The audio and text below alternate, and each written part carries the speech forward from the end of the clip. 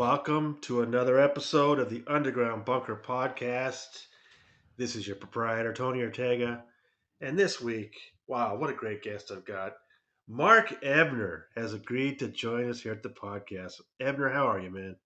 Agreed. Come on, I've been begging you for months to get on this podcast. I'm doing okay. I got nothing but time on my hands for you, Tony, especially Oh, with the subject matter we're about to embark on for sure. I'm doing okay.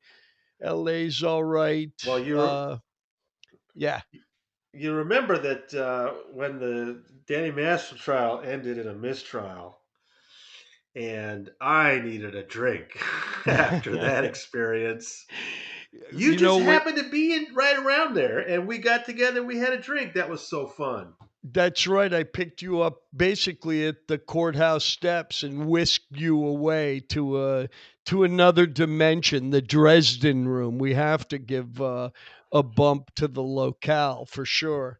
And who met up with us? Some newswoman, as I recall. We had a good time that night. Lisa Bartley from Channel Seven. She came by just to say hi. Yeah, yeah. She That's she does right. amazing work. Let me just give her a little plug because her Please. bosses would never let her come on a show like this because you talk about down the middle, straight ahead reporting. Yeah. She is just a bulldog, and I don't know that there's another local TV station in America that does better coverage of the Church of Scientology than ABC7 because of producer Lisa Bartley. She is Well, really, really something. Well, I was going to say you might be able to get her on the very topic of down the middle, straight ahead reporting on Scientology and how uh, these particular journalists navigate that delicate balance, if you will. I'd listen to that for sure. And she's easy on the eyes. You should have video on this podcast, Tony. You can On the two of us, Ebner, Oh yeah, you know, we now should you're have. making a good point. All right, yeah. Oh man. Well, that is, I mean, that is an issue with covering Scientology, and I definitely want to go back into your history about that. But I met some great reporters at the Danny Masterson trial, and they're just there because they want to, cover what's going on, whatever either side is saying. They want to be fair to both sides. And man, they got smeared by Scientology. These really good reporters at Variety and Deadline. Um, and one of the things that really made Scientology angry is they would ask me questions because I know the material. Yeah. And I mean, these are just really good reporters, just trying to do a good job, and it's just a shame. And all Scientology does is perpetuate what everybody says about them, right? Oh yeah. Well, they can't help themselves. And by the way, you should take a bit of credit. I certainly will, in that we gave this straight news reporting outlet something to report about by uh, bringing uh, collectively and just the network of people that have been on the Scientology beat, helping each other out, doing things that are really uncharacteristic in the cutthroat, nature of journalism today. We handed them a big story that just has the kind of legs for you to sustain, your mantle on that beat. So Well, take some I credit. think we should take some. Well, I think we both should take some credit on that because it's been a tough subject for some news organizations to cover, and the way you and I were attacking it in the '90s, and the way we've continued to today, is it just gives other news organizations a better place to start from. And I really believe news coverage of Scientology today is so much better than it was 20 or 30 years ago because the reporters are not starting from zero. They've read our stories, they understand some background, and I think it's just created a better news covering situation. And let's go there. Let's start there. In the mid 90s, you and I were starting out, and it was scary to report on Scientology back then. I mean, you took a real chance. Let's let the viewers know, and I'm sorry, the listeners know what we're talking about. Mark Ebner in 1996 had this epic story about Scientology and Spy magazine. Poor, I'm so missing Spy magazine. Yeah. And it, what made it so great was you got down into it. You actually joined Scientology for a short time. You Yep. went through it. You came out with this amazing tale. And I want to talk about that experience. But before we do, let's just set the scene. Remember, in 1991, Time magazine had come out with this major cover story about Scientology by Richard Bahar, Hmm. which really, they called them a global cult of greed. And they were sued for like $400 million by Scientology. And that put a big chilling effect on news organizations. They didn't want to touch Scientology. And so the fact that you in 95, when you went to report on this and it came out in 96, were doing this, I mean, most publications were way too terrified to do something like this. Tell me now, how did you sell Spy Magazine on this story? Because I remember those days, Mark. Publications were just terrified of Scientology.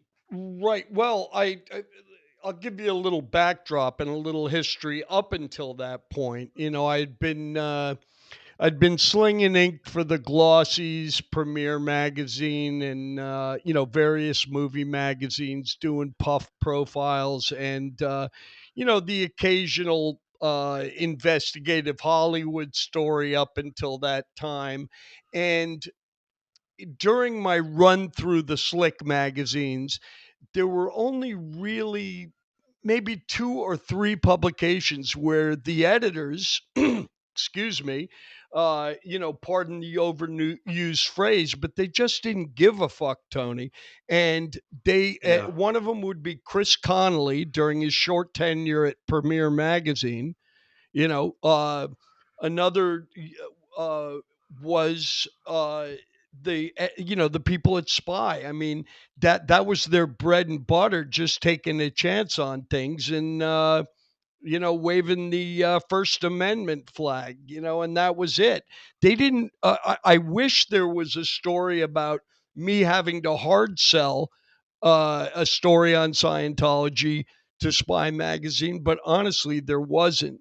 Um, what I was doing was I had a few years. I was at Spy at the tail end of Graydon Carter's regime there, and they had just gone undergone an editorial change, and I had taken over the Hollywood industry column from the. okay. You may remember her. There was a woman who did it brilliantly, if she was a woman, under the moniker Celia Brady. The industry column in Spy was essential reading back in the '80s.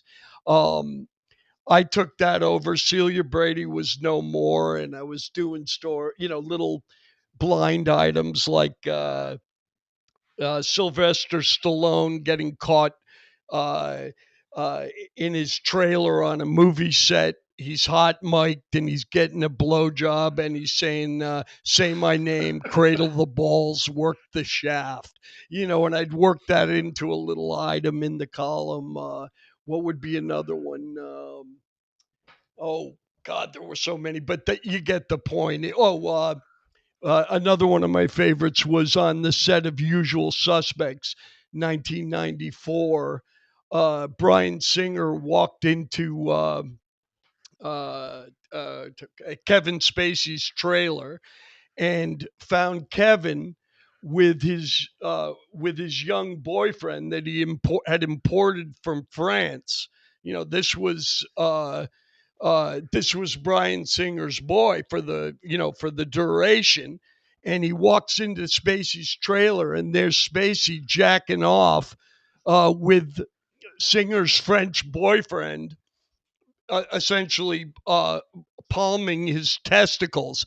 So I had to give that kid a fake name, and his moniker was Nut Palmer.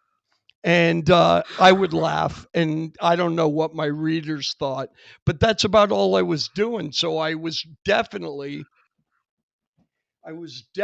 hankering for a big story, and Right. so I'm living in where was I living? I think, yeah, I was in Venice Beach at the time. But every time I came into Hollywood, I was bemused and very, curious about uh, these swabbies, as I called them, these Sea Org minions that would be marching up and down Hollywood Boulevard at that section where all the Scientology publishing and the Dianetic Center and all that was going on. It was a nucleus, and I didn't know anything about it, and yet I knew there were celebrities involved. I knew Tom Cruise was. I mean, I wasn't like completely ignorant of uh I just thought it was exactly what it was in the nicest possible terms, and that would be a wacky cult. But I wanted to figure it out. I knew that the only way to do that would be from the inside out. So my pitch essentially, and now that I've come around to that finally, is was that I've got to join. Yeah, and my editor, a guy named Jim Morrow at the time, he was like, "Go for it." And they opened up the expense account for as much as they would allow, and I I've gone undercover several times in my career with the Ku Klux Klan in South Texas, uh, with some criminal organizations in South America. I've had to go undercover, and this one was the creepiest experience. And I went in just off on Hollywood Boulevard. You know that Dianetics testing center that's still there Right. today, I think. It's the Yeah. original, I believe it's the big green S of Scientology. I don't know. It's a little storefront where they sell big books, and Right. at the time they were doing personality tests. Do they still call them Yeah. personality tests, or are they giving stress tests They now? do. Well, they do Both. both, but yeah, they call it a personality test. And I believe they call that the Hollywood Inn, or is that the there's another name for it. Anyway, there I think I know which building you're talking about. Go ahead. Yeah. So I went. It just a storefront. There was a guy, kind of a schlubby looking Seor guy. I mean, because he did have a cadet shirt on or something. Middle aged. Just he was out there sweeping the sidewalk. He had a mop on standby inside. There was no one going in and out of there. So I just walked in, and he looked up. He laid his mop against the wall, and he looked like he was really happy to see me. And he said, "So, welcome, blah blah blah. What's?" I remember him asking me something like, "What's going on in life? What would you like to change?" And I said, "Well, I'd like to quit smoking." I was like chain smoking Newports at the time. I'm sorry, Tony. It's embarrassing. It was an old junkie habit. Only the menthol worked at that time. And I said, so the first thing that I just knee jerked, I said, well, I want to quit smoking. And he goes, Scientology can help you with that. And then I'm thinking, now when you look back at that, cut to when I finally was milling about Big Blue and all that, it seemed like every Scientologist I ran into was smoking a cigarette in honor of That's right. the late great chain smoker L. Ron Hubbard. Cool non Right. filters. Um, so, uh, so of course Scientology can help you with that. And he says, "Would you like to take a personality test?" Meantime, he's dropping Tom Cruise and John Travolta's name, just letting me know they're part of this organization, this religion that they claimed. Uh, that they claimed, and he was, but he called them TC and JT. They had that Did he? Oh familiar wow. sort of. This guy would never set eyes on Tom Cruise or John Travolta in his lifetime, But they're hey, Right. it's JT and TC, and he's trying to make it attractive, you know. Uh, bringing up the so-called opinion leaders. So I sat down and what did I do? Wait, did I take the yeah? Uh, I took the test, and it Right. really, I mean, if people need an audio-visual primer to all this, I would say go to the "Trapped in the Closet" episode of South Park. Um, Only because that it's the story. This is the story I told them Right. being Matt Stone and Trey Parker, when they were putting together the script for that show. And, so I took I did the test, and it spit out a very troubling diagnosis. And it said that I was redlining on the anger scale. I was redlining on just they said I had a complete lack of accord. And to this day, I don't even know what that means. If you want to Google while I'm talking here, I don't know what they were talking They about, they but they had you they had you nailed, Ebner. They had you down, man. well, it was a hot summer day, and I'm walking down Hollywood, hate smoking Newport, cigarettes, just fucking wondering what the Right. fuck is my life that I'm about to join Scientology. And so, of course, I'm going to redline a little bit of anger there. Anyway, he sold me a copy of Dianetics. That was my first Yeah. expense account purchase.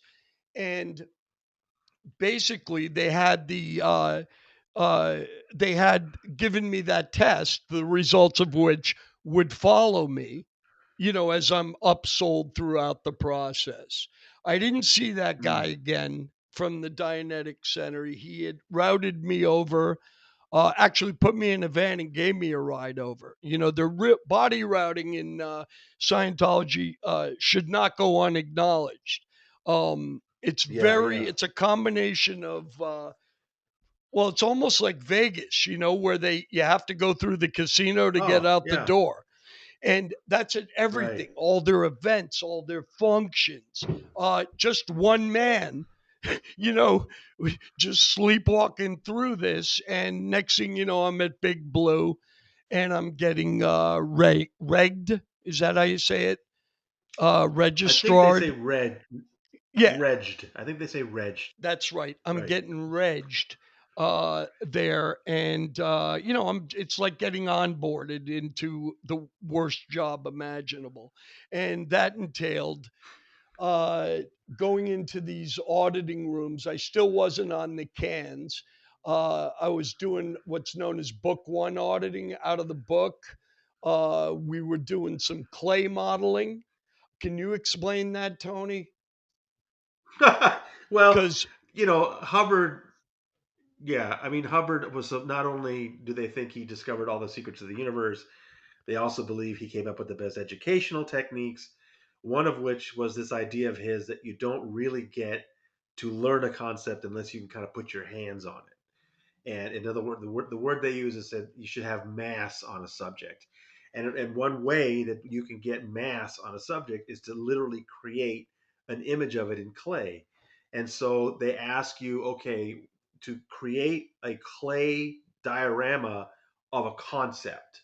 right, So, if you want to learn about the reactive mind and engrams and auditing and all this stuff, they will ask you to literally create a scene made out of clay. Then this will help you understand the concept. And look, with a lot of things with Scientology, particularly that study tech, of course there's some basis to it. I mean, yeah, sure, if you have a model, like one example they use is if you're talking about a truck, if you actually have a model of a truck in front of you when you're talking about it, it'll help you understand. I mean, of course, it's a sort of a yeah. really trite observation, but then they take it to this extreme where they want you to constantly model these complex ideas in clay.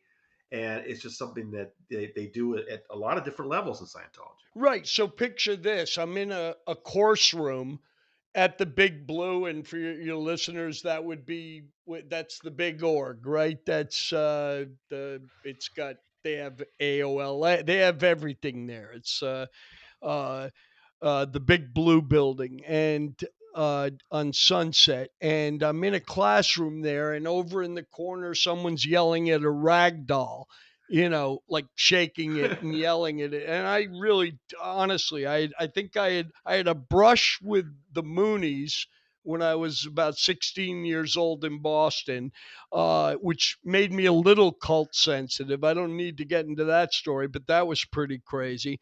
And then I think I had been to an seminar or something with my stepmother back in the day. So I had a decent amount of skepticism going in.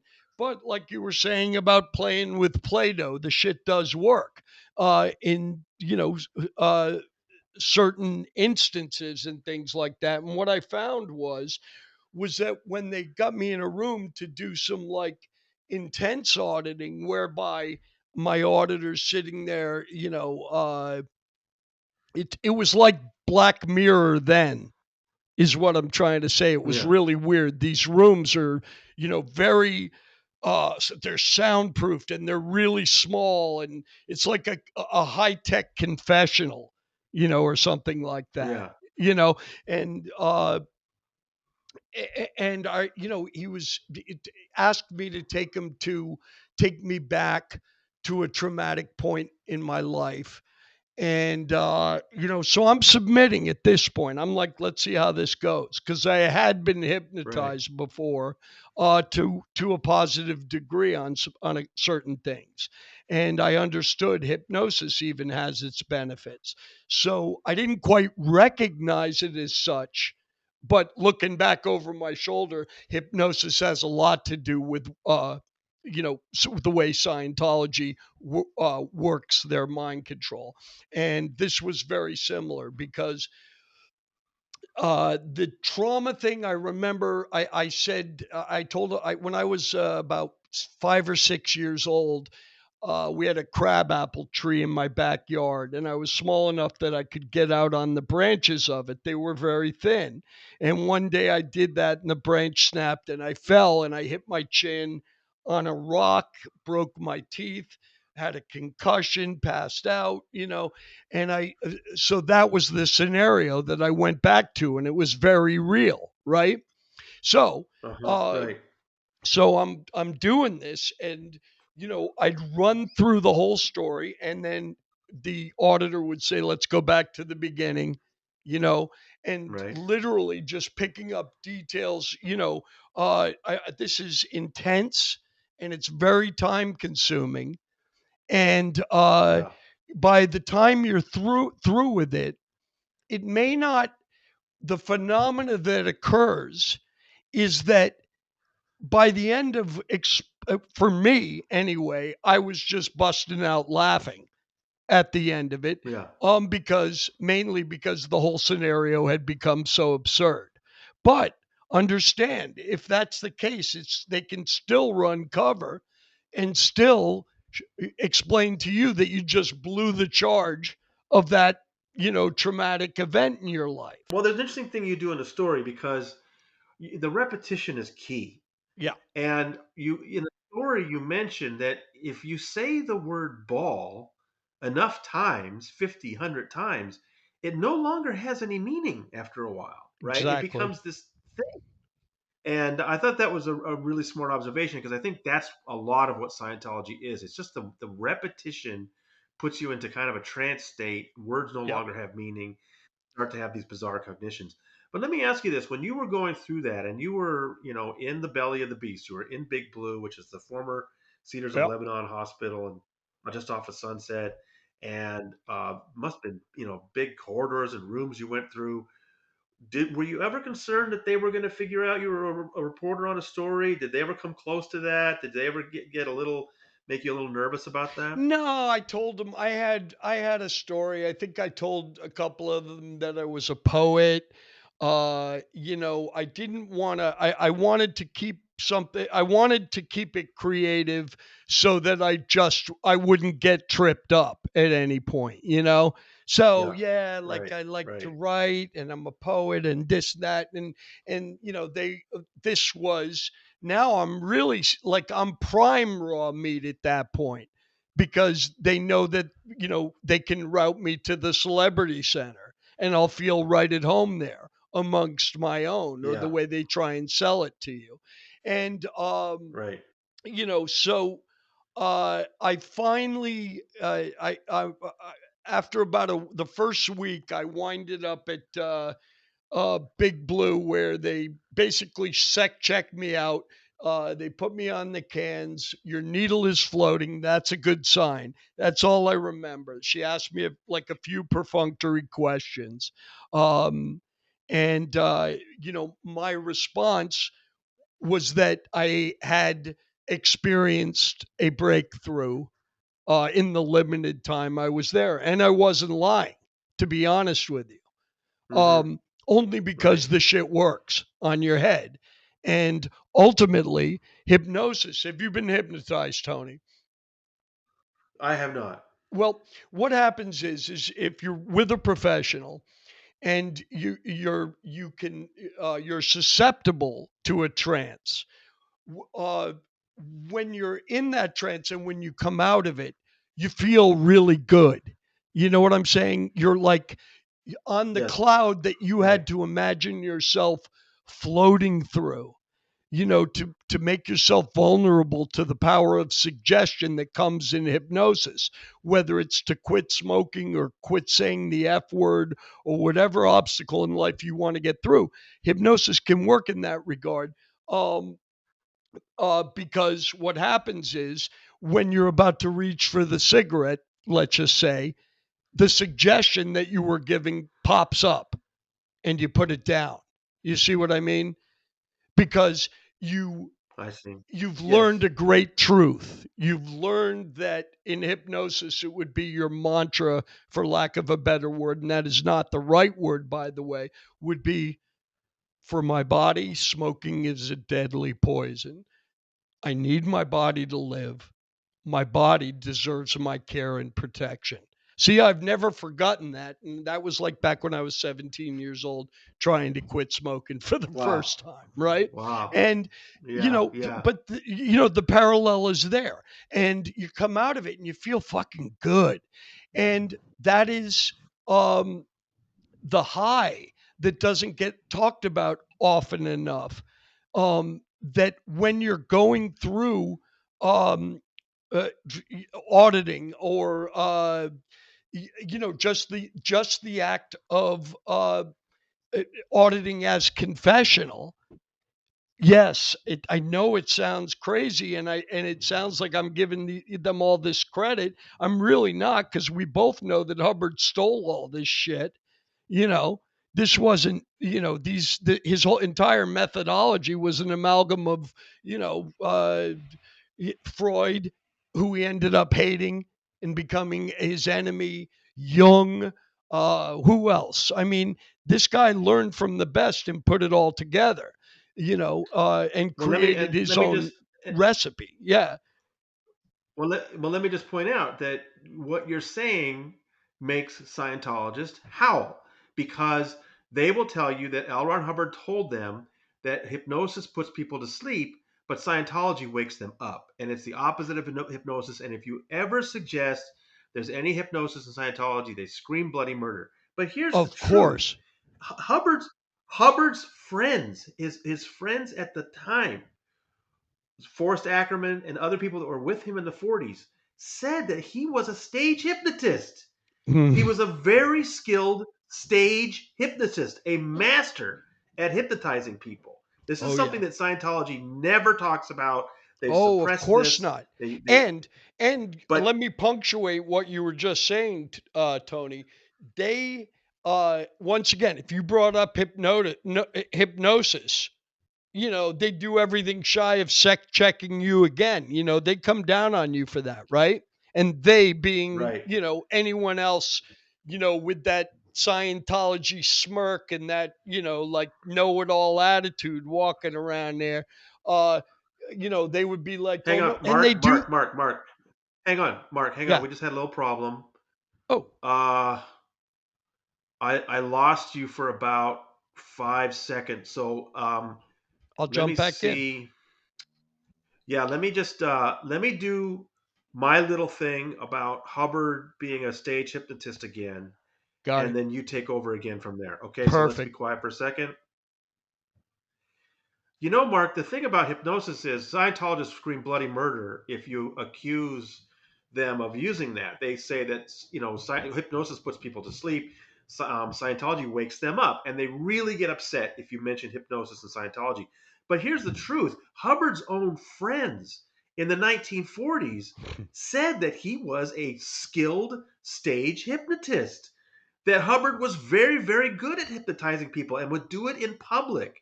So that's the actual history. And if you look at the Dianetics, the first book, he talks about putting people in a reverie. He's literally talking about using hypnosis. Now, later he disavowed that word, and today they claim they're not using hypnosis. But you experienced it. I mean, it Yeah. sounds like it was very much like hypnosis. 100%. And uh, the way they deny it is because you can't take credit away from Hubbard for anything. Okay? It's his doctrine, it's his method technology, to use their word, and that's that. If you say, well, that was Freudian, they'll get up in your shit, right? Because no, Right. psychiatry, is evil. What are you saying? They'll, even like little shit. Like I remember when I was over at the Celebrity Center as on part of this uh, Spy Magazine journey, I brought up method acting. I brought up who was the godfather of method acting? I'm such a fucking stoner. What was his name? Elliot Kazan? Stanislavski. I brought him up. Oh, Stanislavski, you're right. Yeah, in conversation.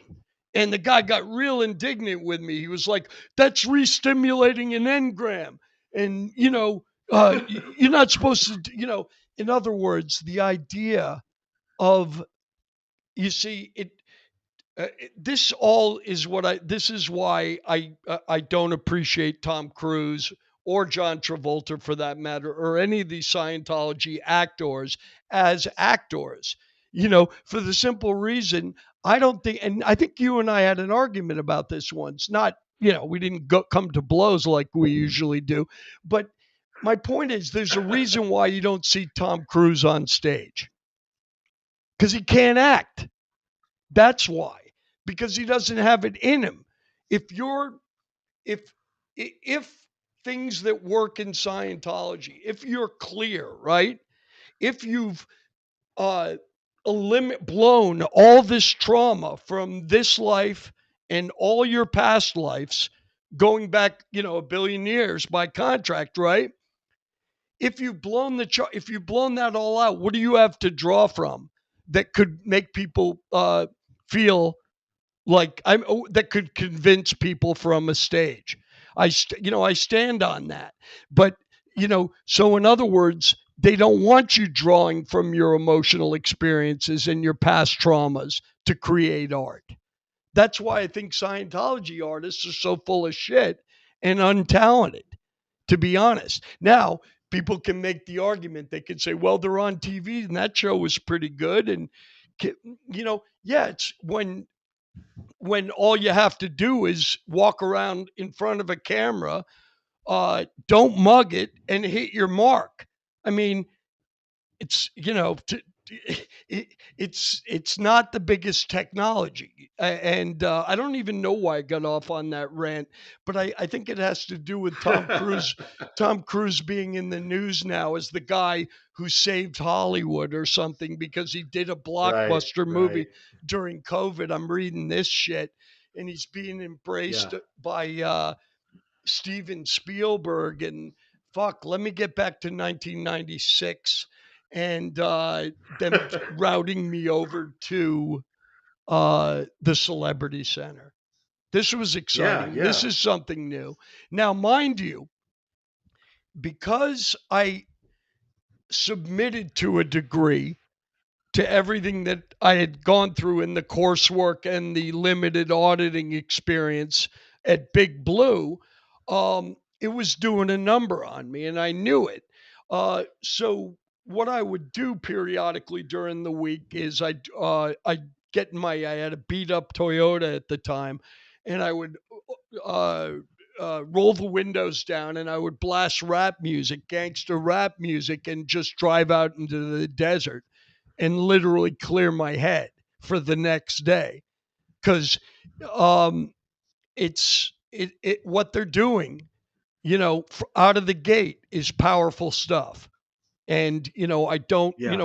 I don't want to people to think that, oh, I'll go undercover in Scientology. Well, you might not find your way to the door, you know Right. and I actually mean that, because just because of the mind control tactics, tricks, and stagecraft that they're doing to you.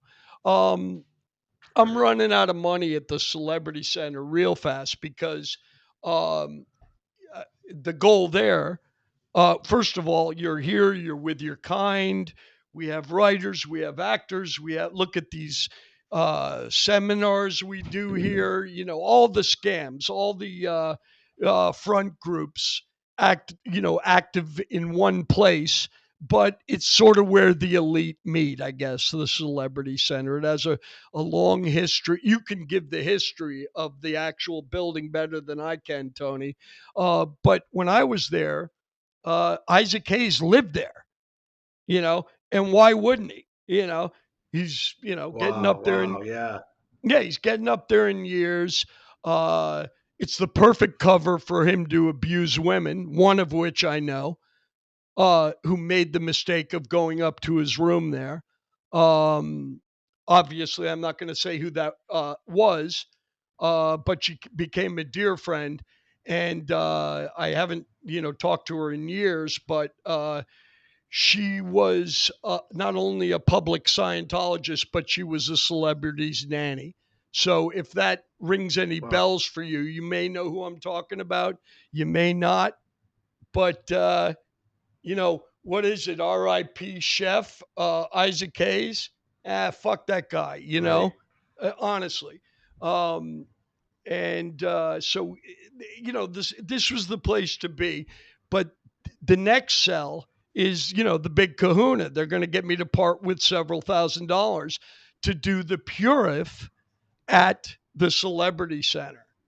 Now, I understand you Right. could do it in Big Blue. Christ, you could do it in your bathroom. You could just shovel uh, niacin down your gullet, drink a half pint of olive oil, and turn the heat up in your bathroom, and you're doing the same thing.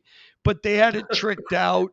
They Right. had a underground, like, it reminded me of a French village. It was really bizarre. You're walking around like it's almost like a dressed up wine cellar. And, they showed me the saunas and all this and that and the other thing. And then, I was getting regged at the Celebrity Center. And when it came down to brass tacks, I'm across this big desk from my registrar. And he's like, you got to do the Purif, because um, this will clear body, clear mind. This is Right. essential. And and then he gave me all the bullshit, like the smoke and mirrors. Told me that many uh people that do the Purif, they experience like uh, uh, radiation burns. It's showing that radiation collected over the years and the centuries, that's built up in in your system, will show up in strange patterns on your skin. I came to learn that smoke and mirrors was, you eat enough niacin and sit in a sauna, boy, are you going to break out. It's called not niacin flushing, or actually Right. niacin burns, to be more specific. Not to mention the fact that a lot of people going into Scientology at my level at the time were like me, and they had experiences with drug abuse in their past, and it already subjected their organs to enough damage with hardcore partying and stuff like that. And they're taking people who would likely have compromised livers to begin with, and feeding them a direct toxin. on the liver, and that's niacin. And that's another thing I've always been pissed off about is that they actively fucking poison people there on this thing called the Purif. Anyway, couldn't afford it. Spy Magazine drew the line. Back off. No Purif. We're not going to spend 5,000 bucks or whatever it was. And yet, the upsell was extraordinary. He's sitting there across from me, and I'm like, well, I don't have the cash on hand. Uh, I'm making excuses on the fly. The registrar says, well, do you have a credit card? And I say, yeah, I'm at my limit, right?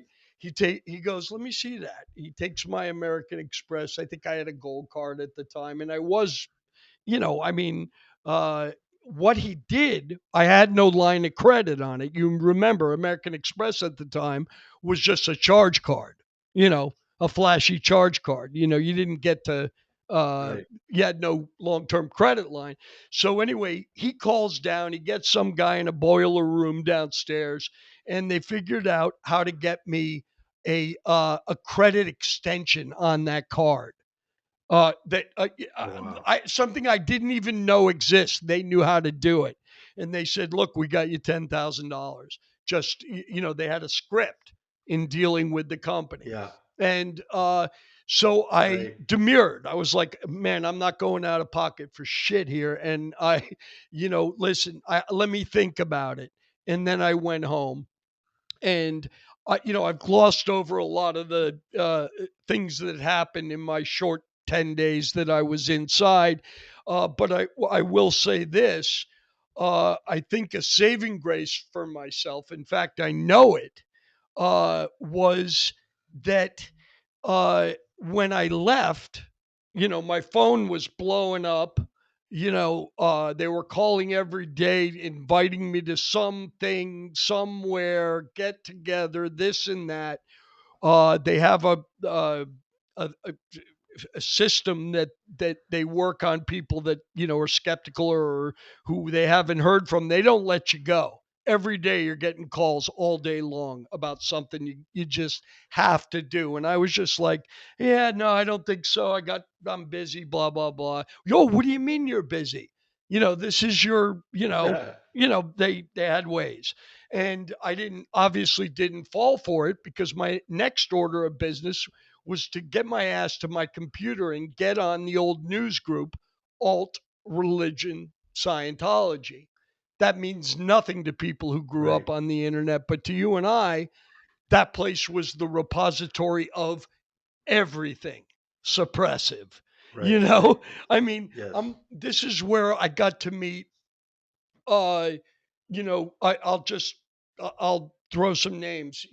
This is where I came to know and learn from people like Larry Wallersheim, uh, Tabayoyen. Who else was on there? Yeah. Yeah. Robert Vaughn Young. Well, I was gonna say you interviewed Robert Vaughn Young. I'm so envious of that. Hell I yeah. so admired him for the Yep. work that he did, and Hannah and Jerry Whitfield. I mean, these were the right. OG GOAT suppressives that I met on a Right. new static news group. And then, it kind Right. of bled out into coffee dates. Oh, here's Spanky Taylor. My God, I'm sick, and we would get together and it was like night and day. It was like going from the morose to the sublime, because I walked out of there Yeah. with a Yeah. lot of resentments, mainly that they were trying to fucking poison me, and also that it was, this I understood it to be just from my singular experience as a dangerous cult. Because I forgot to mention I went to one event at the Shrine Auditorium, and Uh huh. speaking of Las Vegas, you can't get out of there without buying shit, But basically, David Miscavige wasn't even there, but all the brass was there. And this is my takeaway. We were, everybody is corralled into the big auditorium, and it was, what's David's brother's name? Ronnie Miscavige, right? Yeah. Yeah, Ronnie's Yeah. up there in his lanyards and his admiral uniform, and he's leading something, talking about all the wins and everything for the year. It was a big, big State of the Union for Scientology, and uh, it was very lockstep. It was very it was really like, I think I wrote Vichy France ring a bell. I mean, this was Nazi shit. And it further punctuated when I walked outside. I'm like ambling out with my hands in my pocket, trying to not to be corralled into, the home show they had going on in the front of the building. And I walk outside and I start eavesdropping, and I forget a lot of names and stuff like that, but I'll never forget this guy's name and face. Uh, Lazar, Lazar, and he was obviously Uh-huh. he had the lanyards that suggested he was high up, and there was a woman Right. talking to him, and he goes, "Oh, I'm Osa," and she goes, "Well, what does Osa do?" She was just asking a question, and he goes, "We Right. beat up suppressives." And I mean, this was a jackboot fucking bald ass motherfucking thug standing there Yeah. saying we beat up suppressives without even flinching, you know. And I knew what suppressive meant. At least I understood the definition of the word. So I walked away with a chip on my shoulder, and yet I still had the other side, the suppressive side, the side of truth, and beginning to understand Scientology at a deeper level. I can't credit my own intuition or my own, book smarts or research for that. It was all given to me by the OGs that I was just telling you about, and it was, Well, I mean, yeah, you were only in for 10 days, but you saw the hierarchy, you saw the mind fuck, yep. you saw the poisoning and the purif, you saw the regging.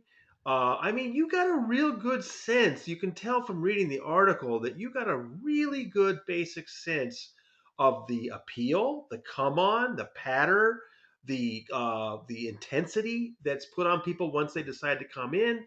And I don't know. I think you really were able to capture a lot of what Scientology was, even though it wasn't like at its base or up among with Miscavige and all those guys. But Mm, I really thought that your experience was really telling. And let me just, I got to go there. yeah, You go. didn't just write up an article. You did not just write up an article. You wrote probably the best lead on any magazine story ever written about Scientology. Please explain to people how you came up with this genius opening and what you told readers at the beginning of this Well, thing. everybody from L. Ron Hubbard's ex head PR guy, Robert Vaughn Young, right down to, and when I say down, right on par with conversations with Spanky Taylor, they all told me the deal. I wasn't the first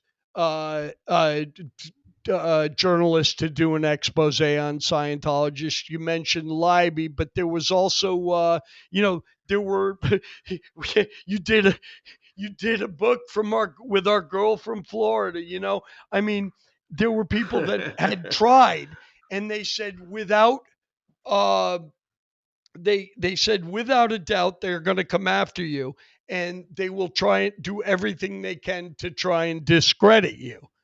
So I said, well, Jesus, I haven't even been on the planet this long, but I know, I mean, I know what's up. I mean, I know I owe the IRS $6,000. I know I've been under psychiatric care. So what I wrote was, I said, listen, my lead was essentially, I wish I could quote it verbatim, but it was essentially, I'm an ex-drug addict. I've solicited prostitutes in my day. I've been under the care of psychiatrists. uh, I owe the IRS $6,000 that they're well aware of. I've masturbated and inhaled at the same time. Clinton era throwback. And I said, all right, that's it. That's all I got on myself. take your best shot. So in the decade since, as you may have noticed, you know how when you ran or you republished, I believe in the where were you at in New York? You were at the Village Voice.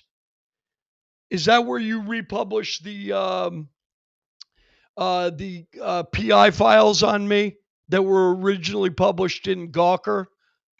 You know what? I remember. Didn't I republish your Philip Gale piece at one time somewhere? Yes, I'm yes, trying to remember. and you did. Thank you, because I wanted that to go out. And what happens is when that was originally published in New Times, which was our old employer for years, Yeah, and right. that story. I mean, this will show you the fallout from the Spy magazine piece years later. I'm investigating the death of Philip Gale, a guy who was raised in Scientology.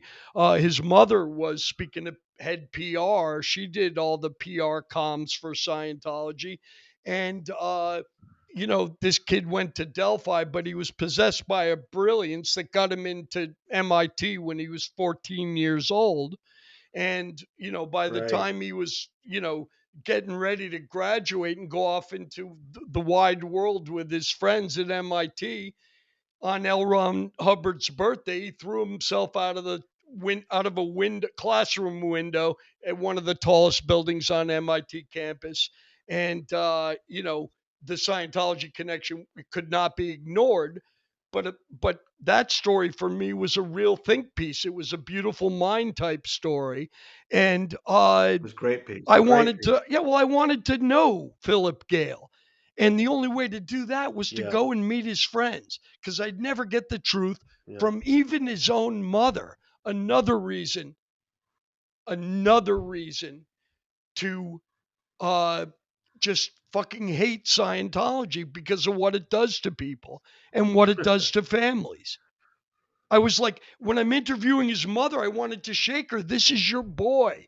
This is your son. Yeah. He's dead. And all you can do is blame it on Well, him experimenting with drugs. The fuck is wrong with you? You know?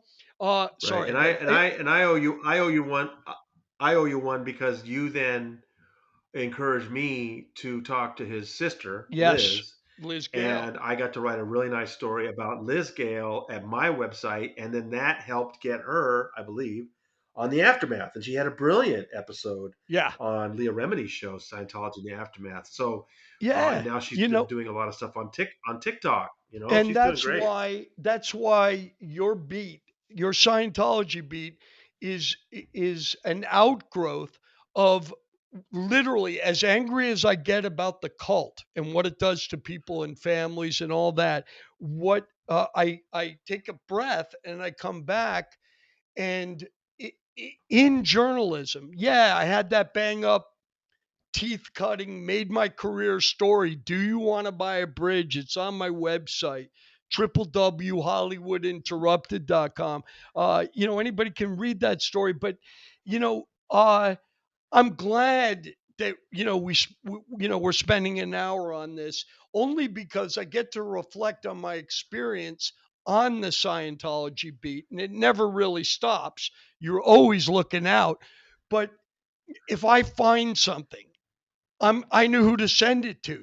Like, what was the last thing we did? All this mail was going to a place in Silver Lake, and it was a Right. Narconon International Center or something.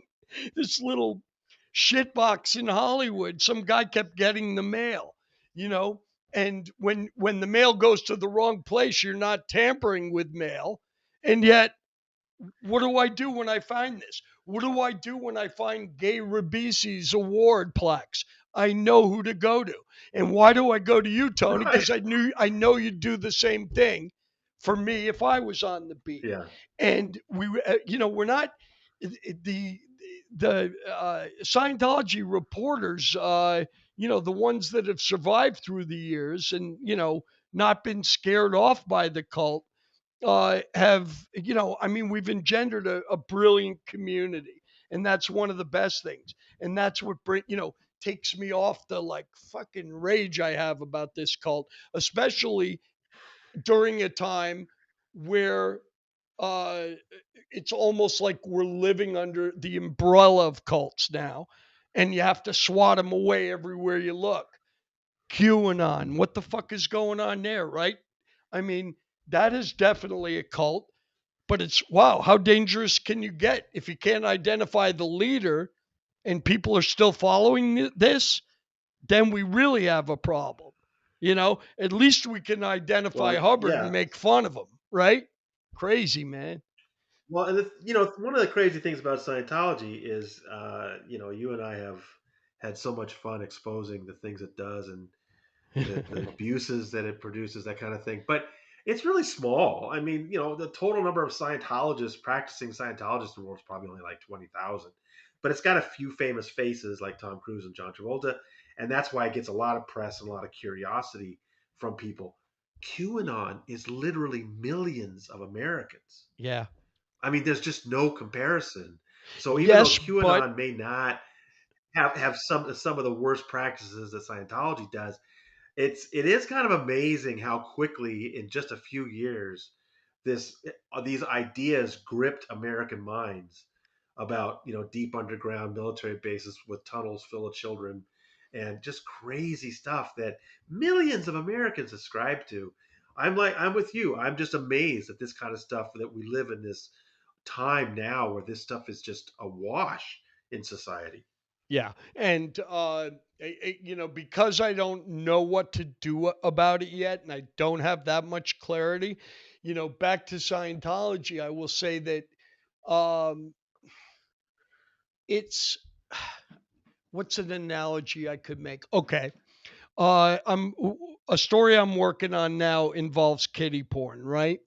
And the purveyor of this kiddie porn, when he should have been jammed up by the feds based on evidence that they had received, they didn't move on him. And part of the reasoning in that is that, oh well, we're dealing with billions of kiddie porn images coming out of Estonia, you know. We got our hands full over there, where that cult leader, what's his name, Andrew Tate, is locked up. Romania, right? We're talking about billions of images. Ebner, this guy had some images on his computer, and I'm like, what planet are we on? What if he had one image? Yeah, You know, it's kiddie porn. There's no statute of limitations. Get him. You have the evidence. No, yeah, justice doesn't work that way. Certainly not the feds. And that's the thing with Scientology. We know there's a dwindling cult. We know that it's really their actual membership is in the lower end of five figures. It's right, it right. is what it is. But then at the same time, they don't stop ruining people's lives ever. The way Yeah, they that's it. the That's right. and and Exactly. and that's black and white. That's a bottom line. And Lisa McPherson, R.I.P. If Yeah, anyone needs an example of worst case scenarios, and they're all bad. If you join Scientology, they're all bad ultimately, because as Robert Vaughn Young told me, I said, "What happened? How did you get out?" He said, "Mark, it was like coming off a bad acid trip." He's a product of the 60s, right? And he goes, "Oh right, my right, God, Hubbard was wrong. It's all a lie."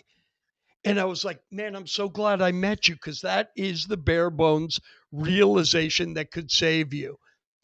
But at the same time, not everybody gets right. to that point. It's an ongoing project, and we're still working on it. But listen, one of my favorite experiences about coming out to LA to cover the Danny Masterson trial last fall was I got to go into a bookstore and buy a copy of your book, which was right there on the featured table there in Los Feliz, the bookstore I went to, Skylight Books, I think it was, Yeah, and formerly owned by picked up a copy of you. Scientologists.